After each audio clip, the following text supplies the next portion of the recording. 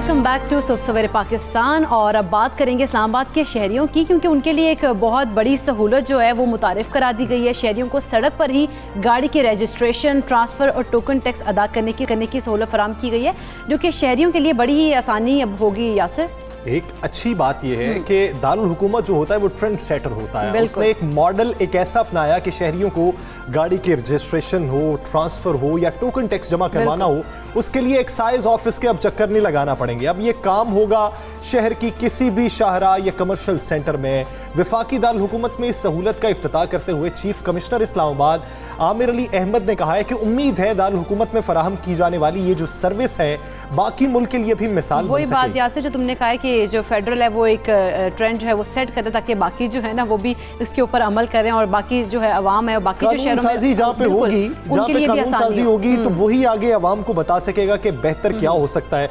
तो इसी बारे में बात करने के लिए हमें ज्वाइन कर चुके सी इस्लामाबाद शफकात हमजा साहब। हमजा शफकात साहब, बहुत शुक्रिया आपके वक्त का। हमजा शफकात साहब, एक सवाल ये है कि अब मौके पर कॉल करके गाड़ी के कागजात बनाना और ट्रांसफ़र कराना इतना आसान, क्या वाकई इतना आसान है जितना हम बता रहे हैं, या उसमें कुछ हर्डल्स हो सकती हैं? और अगर ये इतना ही आसान है तो फिर शहरी हुकूमत का कितना खर्चा आएगा इस पर? इस्लामाबाद का इस पे बहुत ज़्यादा ख़र्चा नहीं आ रहा। हमने इस्लामाबाद इंतज़ामिया, एक्साइज डिपार्टमेंट और नादरा के साथ मिल के ये MOU किया, और इसी MOU के बेसिस के ऊपर हमने ये फैसिलिटी स्टार्ट की है। और इस फैसिलिटी में ये है कि आप हमारे किसी भी नंबर पे कॉल करें तो हम गाड़ी लेके ख़ुद आपके घर पहुंच जाएंगे, और वहाँ पर आपको इस तरह की तमाम फैसिलिटीज़ जैसे कि लैंड ट्रांसफ़र है, गाड़ी की ट्रांसफ़र है, गाड़ी की परचेज़ है तो उसकी रजिस्ट्रेशन है, टोकन टैक्स है, अटॉर्नी आपने रजिस्टर करानी है, या जो भी इस तरह के मामला हैं वो हम आपके घर पर करते हैं।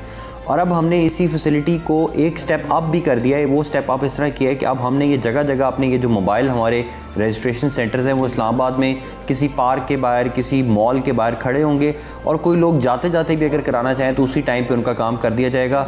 और इसका फ़ायदा ये होगा कि उनको हमारे एक्साइज डिपार्टमेंट में आके उनका टाइम वेस्ट नहीं होगा। कोई वहाँ पे जो रश लगा होता है, वहाँ पे अक्सर स्टैम्प वेंडर्स आ जाते हैं, वो कहते हैं हमारे से कराएं, ये सारा काम हमने ख़त्म कर दिया है। और इसके ऊपर हमारा इस्लामाबाद इंतज़ामिया का कोई कॉस्ट नहीं है। इसमें हमें सिर्फ ये है कि जो अपने घर पे गाड़ी मंगवाता है उसके ऊपर हम तकरीबन 1900 से 2000 रुपया एक्स्ट्रा चार्जेस लेते हैं, जिससे ये प्रोजेक्ट सस्टेनेबल बनाया जा सके। गाड़ी का खर्चा है या जो उसका POL का खर्चा है वो कॉन्स्टेंटली साथ साथ चलता रहे। हमजा शफकात साहब, क्या आप इस तरह की सर्विसेज जो हैं वो मुहैया करने के लिए दूसरे सूबों की भी मदद करेंगे, उन्हें भी गाइडलाइन फराहम करेंगे? अभी फ़र्स्ट फ़ेज़ के अंदर तो हम सिर्फ ये इस्लामाबाद के अंदर ये हमारी ये फैसिलिटी, और ये इससे फ़ायदा भी सिर्फ इस्लामाबाद के शहरी ले सकते हैं, क्योंकि इस्लामाबाद के अंदर गाड़ी रजिस्टर भी जो है वो सिर्फ इस्लामाबाद के रेजिडेंट्स ही कर सकते हैं, या जो यहाँ पर किराए वगैरह पे रह रहे हो वो लोग हैं। लेकिन ऑब्वियसली हम तो ये चाहेंगे कि ये सिस्टम हमारा बाकी प्रोविंसेस भी रेप्लिकेट करें, लेकिन ये फिर सूबों का अपना इख्तियार है। हमजा साहब, जिस तरह आपने ये एक ट्रेंड सेट किया है, मॉडल एक बनाया है, तो क्या घर की दहलीज पर इस तरह की मजीद सर्विसेज भी मुहैया की जाएंगी, मसलन ज़मीन की ट्रांसफ़र वगैरह? क्या कोई आप अम्ब्रेला प्रोजेक्ट बनाएंगे जो आगे फिर मजीद प्रोजेक्ट चलाता रहे? इस्लामाबाद के अंदर तो अगर आप हमारी ये गाड़ी को मंगवाएंगे तो इस गाड़ी के ऊपर अगर आप ज़मीन की ट्रांसफ़र कराना चाहते हैं, कोई सेल डीड रजिस्टर कराना चाहते हैं, कोई अटॉर्नी रजिस्टर कराना चाहते हैं, कोई और इस तरह का कोई भी आपका सेल परचेज़ का मामला है वो रजिस्टर कराना चाहते हैं, या गाड़ी और ज़मीन के जितने मामलात हैं वो सारे के सारे हम आपको डोर स्टेप पे दे रहे हैं। और हम ऑलरेडी जो हमारी बाकी सर्विसेज हैं जैसे कि डोमिसाइल हो गया, NOCs हो गए, मैजिस्ट्रेट की कोर्ट का वर्क हो गया, या कोई फैसलों की आपको कॉपी चाहिए, परमिट चाहिए, वो तो आप अपने मोबाइल के ऊपर हमारी सिटी इस्लामाबाद ऐप के ऊपर क्लिक करें और अपनी मोबाइल बैंकिंग ऐप के थ्रू पेमेंट करें। आप पास आना भी नहीं पड़ेगा, यही चीज़ आप ऐप के थ्रू भी कर सकते हैं। यकीनन ये तो एक अच्छा इकदाम है, लेकिन हमजा साहब, इस्लामाबाद में 50% अहल रिहायशियों की वैक्सीनेशन कर दी गई है। क्या 100% वैक्सीनेशन का हदफ पूरा कर लिया जाएगा, और अगर कर लिया जाएगा तो कब तक ये कर लिया जाएगा हदफ हासिल? अभी तक हमने इस्लामाबाद के अंदर तकरीबन 5 लाख लोग जो हैं उनको वैक्सीनेट कर दिया है। टोटल पॉपुलेशन जिनको वैक्सीनेट करना है वो तकरीबन 10 लाख के करीब है, यानी कि 50% टारगेट हमने अचीव कर लिया है। बाकी जो टारगेट है हम डेली बेसिस के ऊपर 14 से 20 हज़ार के दरमियान जो नंबर है वो पूरा कर रहे हैं। इस लिहाज से इंशाल्लाह जुलाई के महीने के मिड ऑफ जुलाई तक इंशाल्लाह इस्लामाबाद में हम 100% वैक्सीनेट कर चुके होंगे।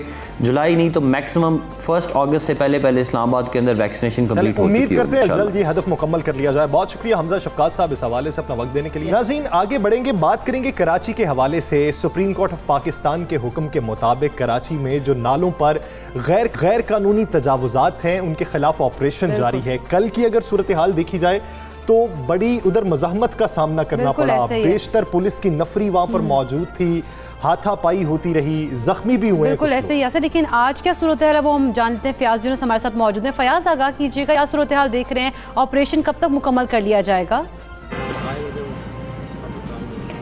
देखिए बिल्कुल अदालती अहकामात पर कराची में जो है तजावुजात के खिलाफ ऑपरेशन तेज़ कर दिया गया है। कराची में जहाँ पहले हम देख रहे थे गुज्जर नाले, औरंगी नाले और महमूदाबाद नाले के एतराफ़ में जो है तजावुजात को हटाया जा रहा था। अब अदालती अहकामात जो गुज़िश्ता रोज़ अदालत ने जारी किए थे कि अलादीन पार्क में जो गैर कानूनी तौर पर तामीरात की गई हैं इनको मुकम्मल तौर पर मसमार किया जाए।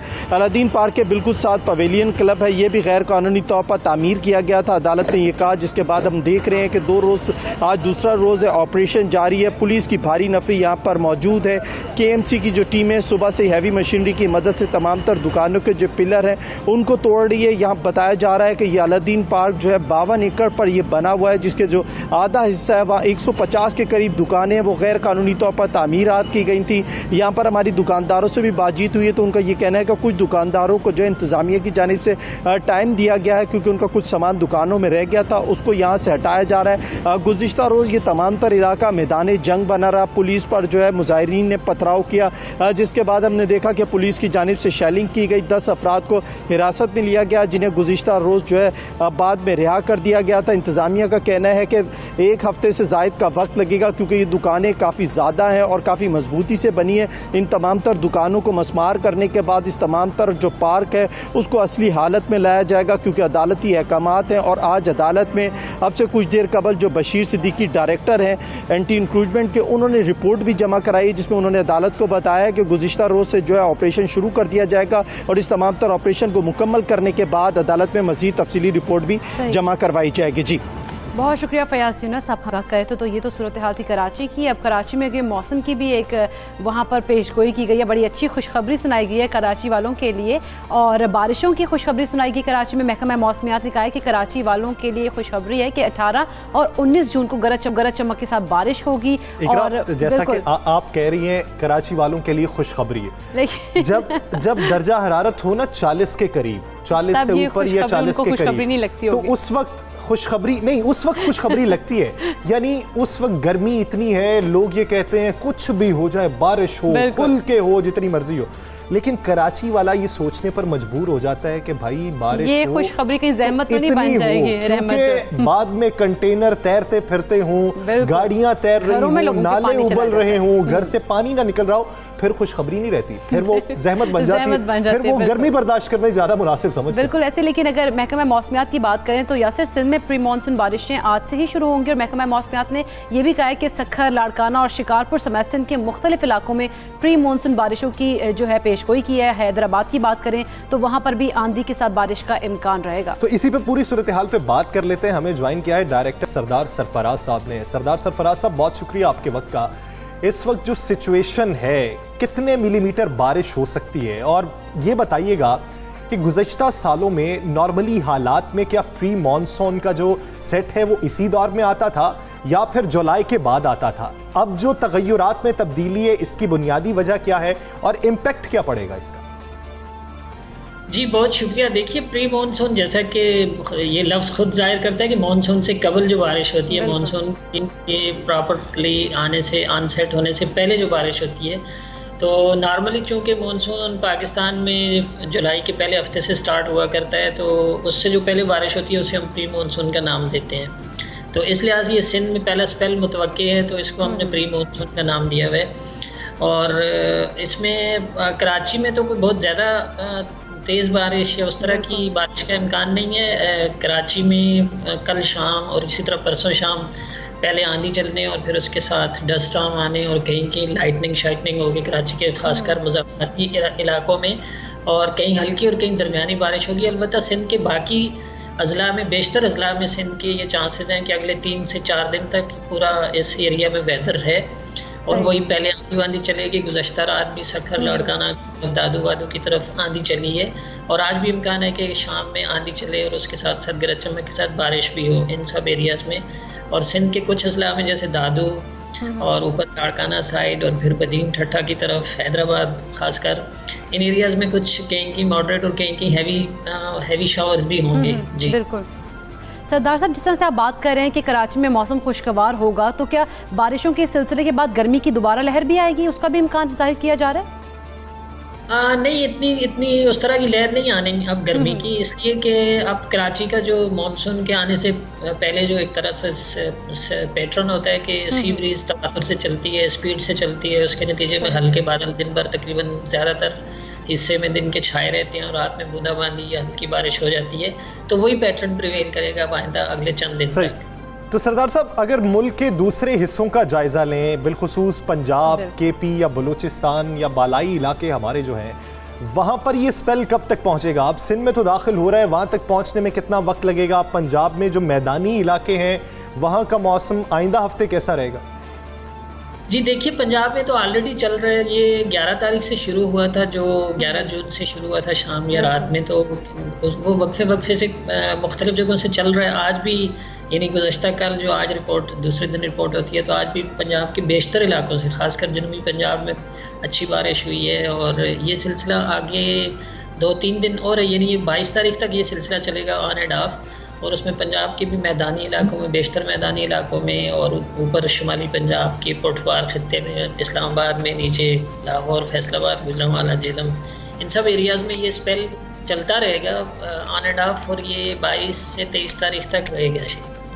22 से 23 तारीख तक ये स्पेल रहेगा, तो आवाम के लिए खुशखबरी है कि आने वाले दिनों में मौसम कुछ हद तक ठंडा रहने वाला है। बहुत शुक्रिया सरदार सरफराज साहब इसे अपना वक्त देने के लिए। इकरा, आगे बढ़ते हैं और बात करते हैं टूरिज्म के हवाले से। अब मौसम भी खुशगवार हो रहा है और कोविड के केसेस भी कम हो रहे हैं, सयाहती मकामात भी खुल रहे हैं, तो कोरोना केसेस कम होने के साथ साथ जीबी के बिलखुसूस सयाहती मकामात की रौनकें बहाल होना शुरू हो चुकी हैं।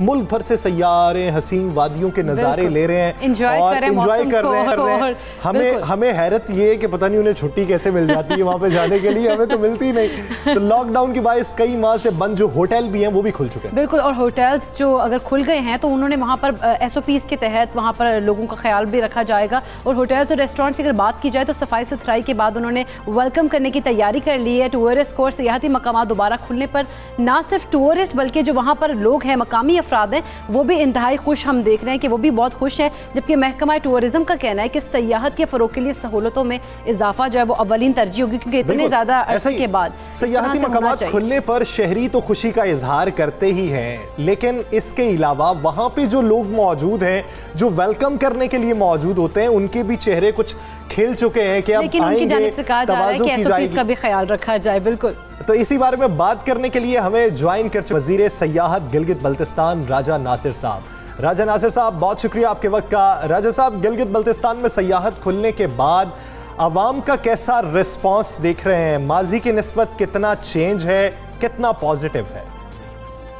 जी बहुत शुक्रिया आपका। KPK में सियाहत खुलने के बाद गिलगित बल्तिस्तान की सियाहत को भी बड़ा अच्छा एक बूस्ट मिला है। लोग KPK से ट्रैवल करते हैं, नारान कारान से होते हुए बाबूसर सरटाप से गुजरते हुए गिलगित बल्तिस्तान में बहुत इजी एक्सेस हैं, तो काफ़ी अच्छा एक लोगों के लिए डेस्टिनेशन बना है गिलगित बल्तिस्तान। KPK से होते हुए वहाँ तक पहुँचना बहुत आसान है। तो जो बाबूसर टाप के ओपन होने के बाद इस वक्त गिलगित बल्तिस्तान में टूरिस्ट का फ्लो काफ़ी बढ़ गया है। तो कोविड भी अल्लाह के फजल करम से KPK में इस वक्त जो सूरत हाल है और गिलगित बल्तिस्तान में तो बिल्कुल ज़ीरो है इस वक्त, तो बहुत अच्छा रिस्पांस मिल रहा है। ठीक है, रिस्पांस तो मिल रहा है, लेकिन राजा नासिर साहब, कोरोना के बाद सयाहत बहाल करने के लिए हुकूमत ने क्या इक़दाम किए हैं, क्या करने जा रही है?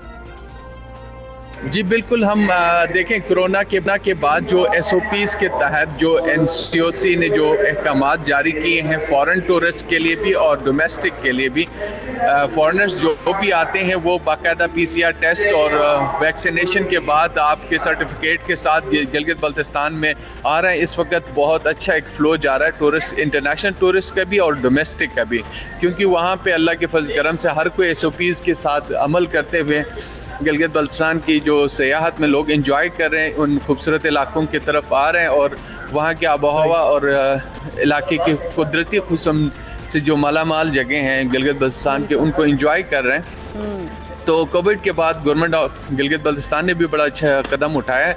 तो पाकिस्तान की हुकूमत ने भी बड़ा अच्छा एक SOP के बाद साथ जो लोग आ रहे हैं फॉरेन भी और डोमेस्टिक भी। हुकूमत की, हर सूबाई हुकूमत की अपनी तरजीहात होती है, वो फंड्स भी वैसे ही मुख्तस करते हैं। तो आइंदा माली साल के लिए आपकी तरजीहात में पहले नंबर पर सयाहत ही है, क्योंकि लोग बहुत आते हैं आपके पास। तो क्या बजट में इजाफा कर रहे हैं, तरजीहात में कुछ तब्दीली ला रहे हैं? जी बिल्कुल, आइंदा माली बजट में इस दफ़ा भी बड़ा अच्छा एक पैकेज है। जो आपको पता है कि इमरान खान साहब ने गिलगित बल्तिस्तान के लिए एक आइनी पैकेज, जो एक इकनॉमिक के लिए, वो टूरिज़म, ये स्पोर्ट के लिए बड़ा अच्छा एक पैकेज दिया है। तो आइंदा भी हम एक्सपेक्ट कर रहे हैं कि इंफ्रास्ट्रक्चर के लिए रेजिडेंशियल एरियाज़ और बहुत सारे प्रोजेक्ट्स हैं जो मेगा प्रोजेक्ट है इस वक्त गिलगिस्तान में, टैप्ड और अनटैप्ड एरियाज, जो अनएक्सप्लोर एरियाज हैं उन। बिल्कुल, बहुत शुक्रिया आपका राजा नासिर साहब, अपना कीमती वक्त आप सबसे बड़े पाकिस्तान को दे रहे थे। तो टूरिस्ट में तो आप देखेंगे टूरिस्ट जो है वो जा रहे हैं, टूरिज्म जो है उसको सयाहत को फरोग मिल रहा है और लोग भी खुश हैं, खुशहाली भी आ चुकी है। लेकिन अब जब ये खुशहाली की अगर हम बात करें तो आज वैसे मैं बहुत ज़्यादा खुश नहीं हूँ, क्योंकि मेरी टीम जो है वो PSL में हार गई है, लाहौर कलंदर्स। क्योंकि नाज़रीन, ये जो PSL का बुखार है, बेशक आप स्टेडियम ना जा सकें, बेशक वो पाकिस्तान में भी ना हो रहा हो, वो अबू धाबी के स्टेडियम में हो रहा हो, अवाम भी वहां पे ना बैठे हो, लेकिन ये जो बुखार है ना, ये बुखार नहीं होता था। बिल्कुल। अब खबर ये है कि PSL 6 के जो 23वां मैच है उसमें कोयटा ग्लैडिएटर्स ने लाहौर कलंदर्स को 18 रन से शिकस्त दे दी है। अब कलंदर्स ने जिस तरह बूम पकड़ा था, वो जो टेबल स्कोर के ऊपर 10 नंबर पे बराजमान हो चुकी है, पॉइंट स्कोर उसके 10 हो चुके हैं, अब आहिस्ता आहिस्ता वो नीचे आना शुरू हो चुकी है। अब लगता है रिवर्स गियर हल्का हल्का लग रहा है, अब कोई और हावी हो रहा है। लेकिन ऐसी बात भी नहीं है, इंशाल्लाह उम्मीद पे दुनिया कायम है, तो उम्मीद रखनी चाहिए। दूसरे नंबर पर है, नजर लग गई है। मान लेना चाहिए कि नजर लग चुकी है, लेकिन उम्मीद करते हैं कि कलंदर्स फिर से उठेंगे, छा जाएंगे। जिसकी जो भी टीम है वो अपनी टीम से प्यार करता है, जो भी टीम जीते पाकिस्तान जीतेगा। बिल्कुल, पाकिस्तान जीतेगा। लेकिन यहाँ पर अब क्योंकि प्रोग्राम का वक्त खत्म हुआ है तो हमें दीजिए इजाजत, कल फिर मुलाकात करेंगे। अल्लाह हाफ़िज़।